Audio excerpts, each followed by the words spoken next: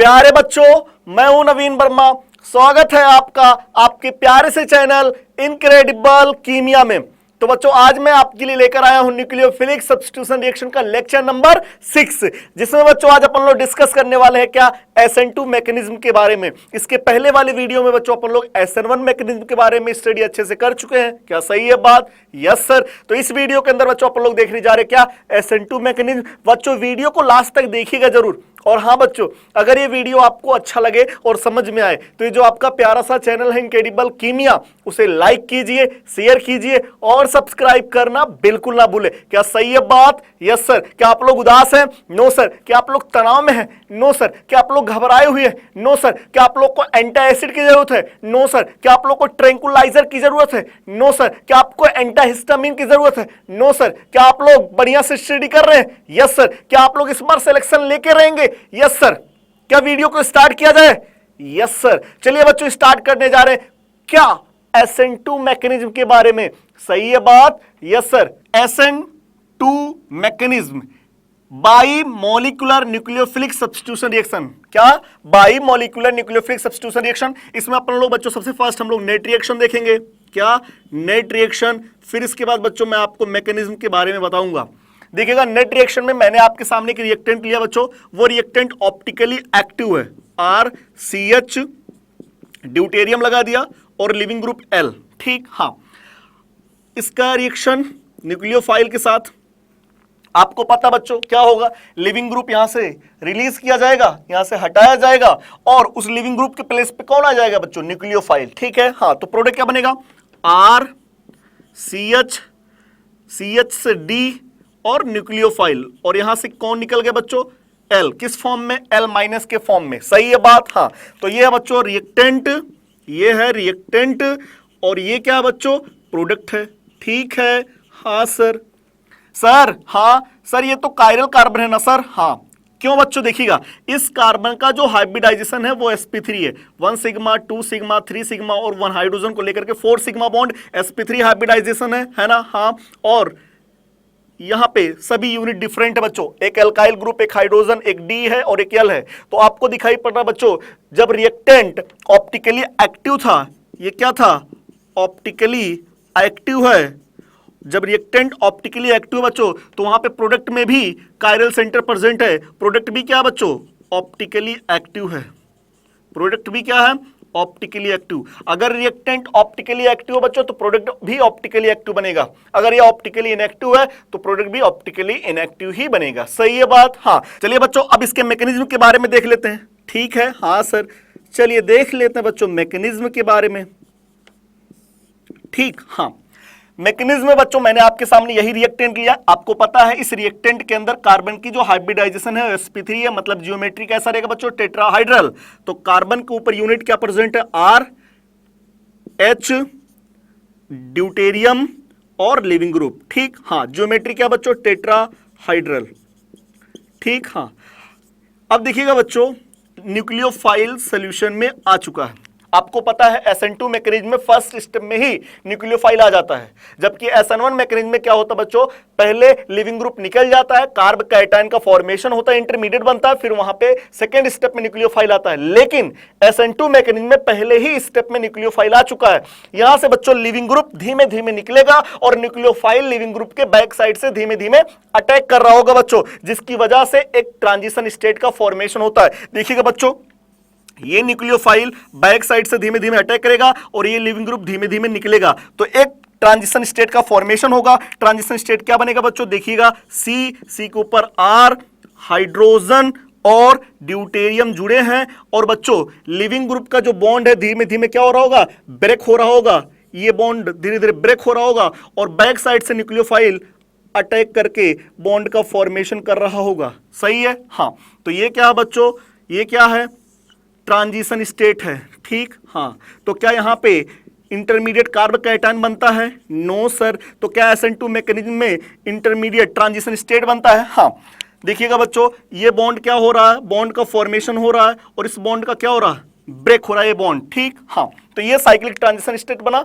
अब क्या होगा बच्चों, बाद में क्या हुआ होगा, कभी ना कभी ये बॉन्ड पूरी तरीके से ब्रेक हो जाएगा और कभी ना कभी ये बॉन्ड का पूरी तरीके से फॉर्मेशन हो जाएगा और प्रोडक्ट बन जाएगा बच्चों, ठीक। हाँ, तो अगले स्टेप में क्या हो जाएगा, फाइनली यहां से लिविंग ग्रुप L माइनस के फॉर्म में निकल जाएगा और क्या बन जाएगा बच्चों, प्रोडक्ट दिखेगा C के ऊपर R और ड्यूटेरियम, हाइड्रोजन और कौन आ गया बच्चों, न्यूक्लियोफाइल, ठीक है। हाँ, तो ये क्या बच्चों, प्रोडक्ट है। क्या रिएक्टेंट के अंदर क्या कायरल कार्बन प्रेजेंट था, हाँ, तो क्या प्रोडक्ट के अंदर भी कायरल कार्बन ही है, हाँ। तो बच्चों अगर रिएक्टेंट ऑप्टिकली एक्टिव रहेगा तो प्रोडक्ट भी ऑप्टिकली एक्टिव ही बनेगा। लेकिन बच्चों यहां पे आपको दिखाई पड़ रहा होगा जो न्यूक्लियोफाइल है वो 100% बैक साइड से अटैक कर रहा है, मतलब इन्वर्जन होता है बच्चों। कितना, 100% इन्वर्जन। मैंने इसके पहले वाले वीडियो में आप लोग को बताया था कि अगर न्यूक्लियोफाइल बैक साइड से अटैक कर रहा हो बच्चों तो उसे बोलते हैं इन्वर्जन, सही है ना। हाँ, तो यहां पे बच्चों न्यूक्लियोफाइल 100% बैक साइड से अटैक करेगा। सर सामने से क्यों नहीं अटैक करता, सर ये बताइए, सामने से तो लिविंग ग्रुप प्रेजेंट है ना यार, तो क्या लिविंग ग्रुप अभी निकला है क्या, नहीं। अगर निकल गया होता तब तो अटैक कर सकता था, लेकिन अभी लिविंग ग्रुप जुड़ा हुआ है, धीमे धीमे निकल रहा है, इसलिए लिविंग ग्रुप के साइड से न्यूक्लियोफाइल नहीं अटैक कर पाएगा, अपोजिट साइड से अटैक करेगा। तो यहां पे बच्चों 100% इन्वर्जन होता है, किसमें, SN2 मैकेनिज्म में, जिसे अपन लोग बोलते हैं वॉल्डेन इन्वर्जन। क्या बोलते हैं, वॉल्डेन इन्वर्जन बोलते हैं, ठीक है। हाँ, तो देखिएगा बच्चों ये है प्रोडक्ट और ये स्टेबल है, सही है। हाँ सर, ये प्रोडक्ट स्टेबल है।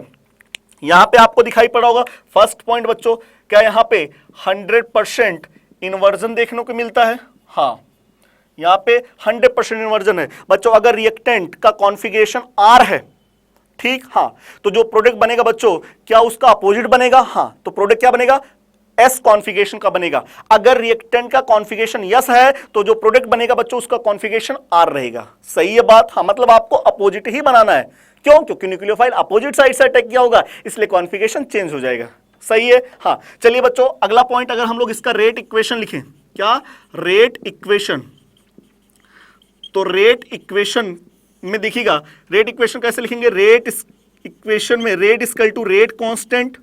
बताइए बच्चों क्या रिएक्टेंट की कंसंट्रेशन पे डिपेंड करेगा क्या, हाँ, तो बच्चों रिएक्टेंट की कंसंट्रेशन पे डिपेंड करेगा क्या, RCHLD इसकी कंसंट्रेशन पे डिपेंड करेगा और न्यूक्लियोफाइल के भी कंसंट्रेशन पे डिपेंड करेगा, क्योंकि फर्स्ट स्टेप में न्यूक्लियोफाइल आ चुका है बच्चों, फर्स्ट स्टेप में न्यूक्लियोफाइल आ चुका है।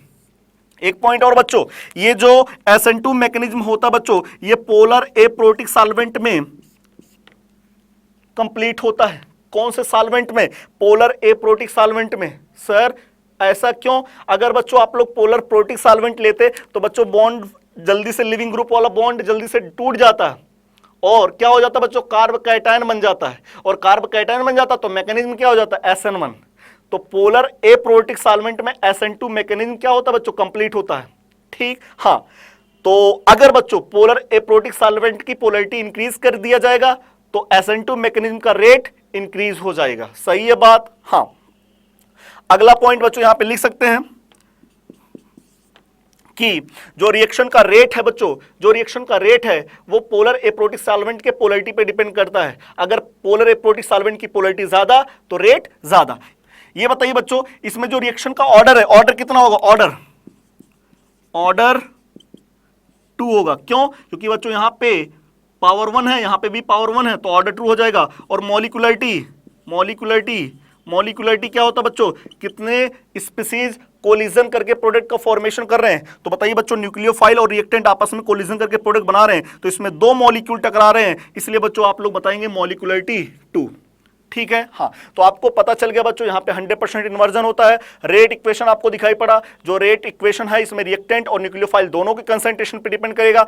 इस बार बच्चों न्यूक्लियोफाइल पावर वाला होना चाहिए, दमदार होना चाहिए, जबकि SN1 मैकेनिज्म में न्यूक्लियोफाइल वीक होता है और SN2 मैकेनिज्म में न्यूक्लियोफाइल स्ट्रांग होना चाहिए, नेगेटिवली चार्ज होना चाहिए। जबकि अगर न्यूट्रल है बच्चों तो न्यूट्रल SN1 मैकेनिज्म को फेवर करता है, जबकि negatively charge nucleophile SN2 mechanism को फेवर करता है, सही है बात। हाँ, आपको दिखाई पड़ा, रेट इक्वेशन आपको पता चल गया, ऑर्डर पता चल गया, मॉलिक्यूलरिटी पता चल गया। अब इसमें बच्चों कुछ छोटे छोटे पॉइंट है, चलिए उस छोटे छोटे पॉइंट को भी अपन लोग देख लेते हैं, ठीक है। यस सर, चलिए देखिएगा बच्चों, SN2 मैकेनिज्म पर बेस्ड कुछ इंपॉर्टेंट पॉइंट जो अपने को पता होने चाहिए, इसलिए बच्चों इन सभी पॉइंट पे गौर फरमाइएगा अच्छे से। सही है बात? Yes sir. तो देखिएगा बच्चों, फर्स्ट पॉइंट में है SN2 मैकेनिज्म के अंदर कार्ब कैटायन रीअरेंजमेंट पॉसिबल नहीं होता है। जी बच्चों बिल्कुल।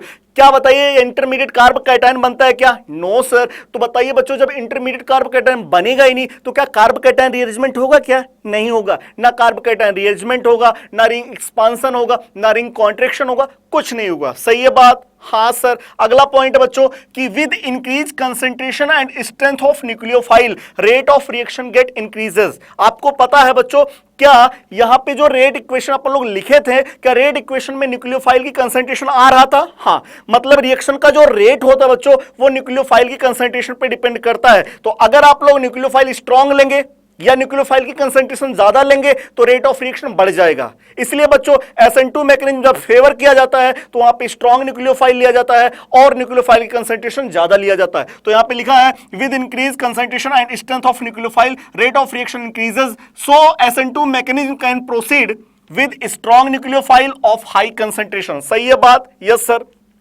अगला पॉइंट बच्चों, SN2 मैकेनिज्म किस प्रकार के सॉल्वेंट में प्रोसीड कराया जाता है? बताइए बच्चों, SN2 मैकेनिज्म जो फेवर किया जाता है वो polar aprotic solvent like DMA, DMF, DMSO, acetone, ether, crown ether, etcetera etcetera etcetera. तो पोलर एप्रोटिक सॉल्वेंट के अंदर SN2 मैकेनिज्म फेवर किया जाता है। सही है बात? Yes sir. अगला पॉइंट बच्चों, if organic substrate are optically active, अगर बच्चों वहां पे रिएक्टेंट ऑप्टिकली एक्टिव है तो प्रोडक्ट भी क्या होगा? ऑप्टिकली एक्टिव रहेगा। ठीक है? हाँ सर। अगला पॉइंट बच्चों, nucleophile attack 180 degree opposite side of leaving group. Nucleophile आपको पता है बच्चों जो अटैक करता है, क्या वो लिविंग ग्रुप के 180 डिग्री अपोजिट साइड से अटैक करता है? हाँ सर। तो इसलिए कहने का मतलब 100% इन्वर्जन होता है? हाँ सर। क्या उसको बोलते हैं वॉल्डन इन्वर्जन? हाँ। तो SN2 मैकेनिज्म के अंदर 100% इन्वर्जन होता है बच्चों, वॉल्डन इन्वर्जन जिसे अपन लोग बोलते हैं। तो ये बताइए, अच्छा रिएक्टेंट का कॉन्फिगरेशन अगर R है तो प्रोडक्ट क्या बनेगा? S। अगर रिएक्टेंट का कॉन्फिगरेशन यस है तो प्रोडक्ट क्या बनेगा? आर। उसी का पूरा उल्टा। क्यों? क्योंकि इन्वर्जन देखने को मिल रहा। सही है बात? हाँ। जबकि SN1 मैकेनिज्म में रेजमिंग मिक्सचर बनता था। सही है बात? हाँ। अगला पॉइंट बच्चों, इलेक्ट्रॉन विड्रॉइंग ग्रुप जैसे -I सीरीज वाले ग्रुप, -M सीरीज वाले group increases stability of transition state. तो इलेक्ट्रॉन विड्रॉइंग ग्रुप बच्चों ट्रांजिशन स्टेट की स्टेबिलिटी को बढ़ा देते हैं, जिसकी वजह से रेट ऑफ रिएक्शन यहां पे इंक्रीज होता है। अगर आप लोग electron withdrawing group SN1 mechanism में लगाएंगे बच्चों तो वहां पे कार्ब कैटायन की स्टेबिलिटी डिक्रीज हो जाती है, जिसकी वजह से रेट ऑफ रिएक्शन डिक्रीज होता है। जबकि SN2 मैकेनिज्म में इलेक्ट्रॉन विड्रॉइंग ग्रुप लगाने से बच्चों रेट ऑफ रिएक्शन इंक्रीज होता है। सही है बात? Yes sir. अगला पॉइंट बच्चों, रिएक्टिविटी ऑफ कंपाउंड।